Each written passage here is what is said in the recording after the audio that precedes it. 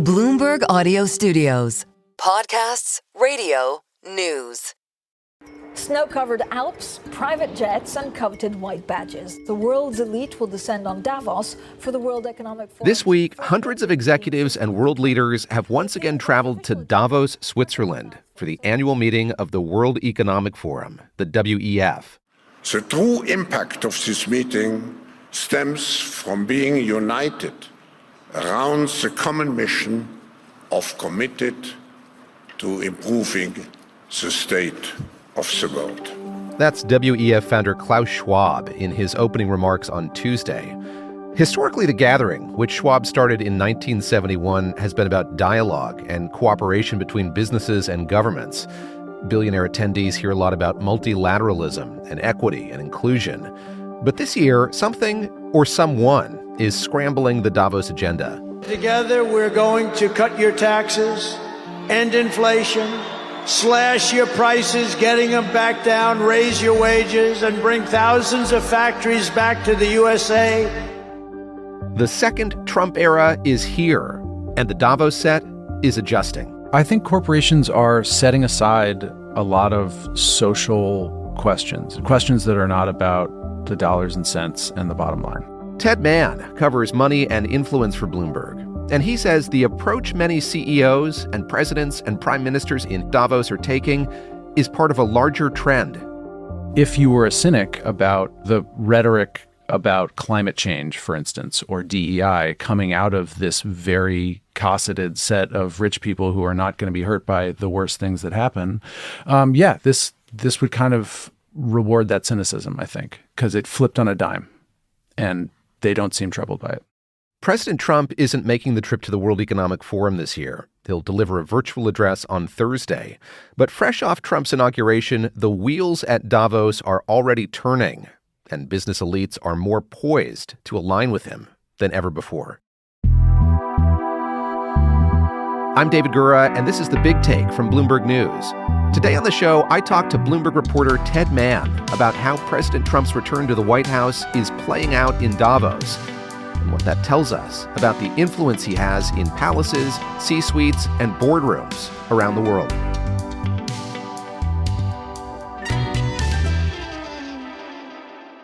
So maybe for the uninitiated, you could describe what is taking place this week in Davos, Switzerland. This is a small ski town in the Swiss Alps. An invasion of the CEOs? It's the biggest annual conference of the richest, most powerful people in business. Sort of flying into Davos to talk about what they do to amass their fortunes and also how they think the world should operate itself. This year's list of attendees includes Ukraine's president, Volodymyr Zelensky, JP Morgan Chase CEO Jamie Dimon, and the heads of other big banks, Barclays and Bank of America, to name just a couple others.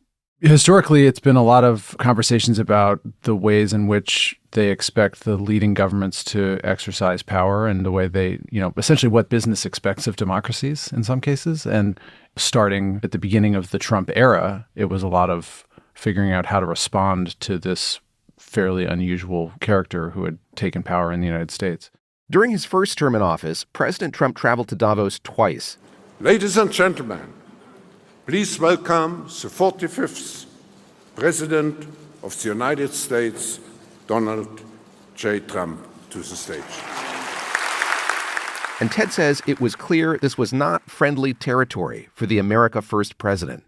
Going back to Trump's win in 2016, certainly through his victory last year, there has been a thread of distrust of globalism, just disdain for free trade, really like disgust with some of the sort of policy things that tend to come out of Davos, talking about climate change, talking about diversity and equity and inclusion.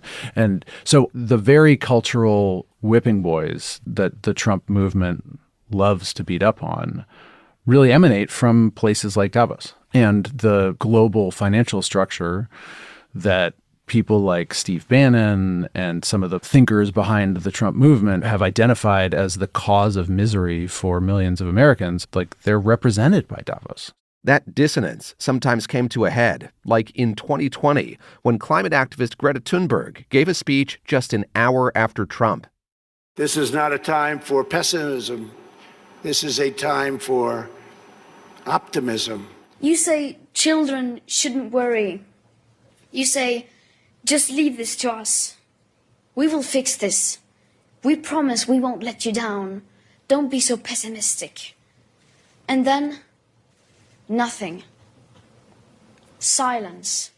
You couldn't imagine a situation in which Donald Trump would be less comfortable. A powerful president, but having to confront a young woman famous for climate activism and for idealism when he is essentially a creature of almost its opposite. So 4 years ago, when it looked like the closing of the Trump period, there was, I think, a bit of a sigh of relief that this fairly unpredictable person and set of executives around him would be exiting the stage and they could get back to setting what at the time seemed like a more normal course of both business policies and social policies led by some of the executives who are in that scene. But with Trump back in office, Ted says the 47th president is looming large over this year's gathering. It's not just that he's Donald Trump and that he has Trumpian inclinations about things that they care about. It's more that the United States did this dance once and is going back to do it again. How is their attitude toward Donald Trump different this time around than it was the first time he was inaugurated? I mean, I think the biggest change is how quickly the rest of the crowd is falling into line. I would say that most of the business world is pivoting to account for Trump's inclinations and his policies and his stated preferences in a way that there was a little bit of resistance earlier in the first phase. There was a little bit of a sense that the world would figure out how much they had to deal with Trump's way of seeing it. And now it is Trump's way or the highway. His reelection and his return to power signals a new way that business will have to accommodate itself to, as opposed to setting its own version of the normal and figuring out where he fits in. Coming up, Ted breaks down how specific business leaders like Jeff Bezos and Mark Zuckerberg are shifting their approach to Trump.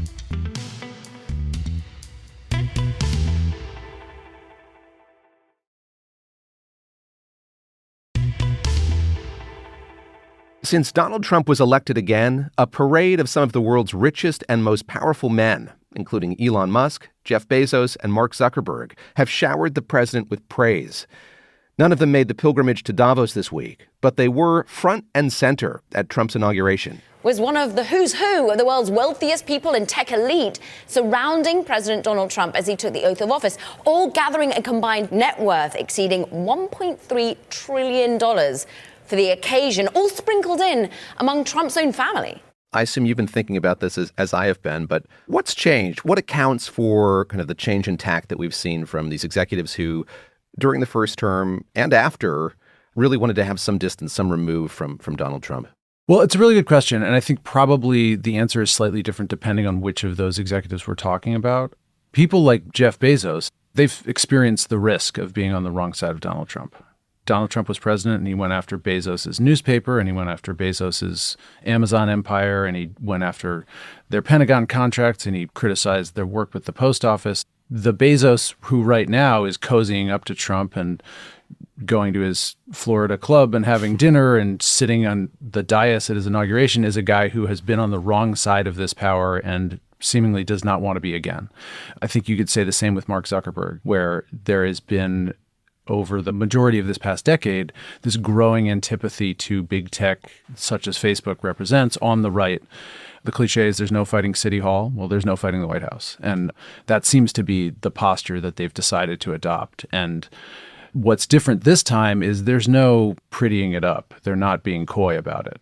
They're being very upfront about the fact that they will be on this guy's side, literally at his side as he takes office again. And that seems to be the biggest change, that there's not going to be any sense of keeping a public posture where there's space for his opponents and the people who are horrified by Trump and scared of him. There are really no olive branches being offered in that direction by the leaders of these companies.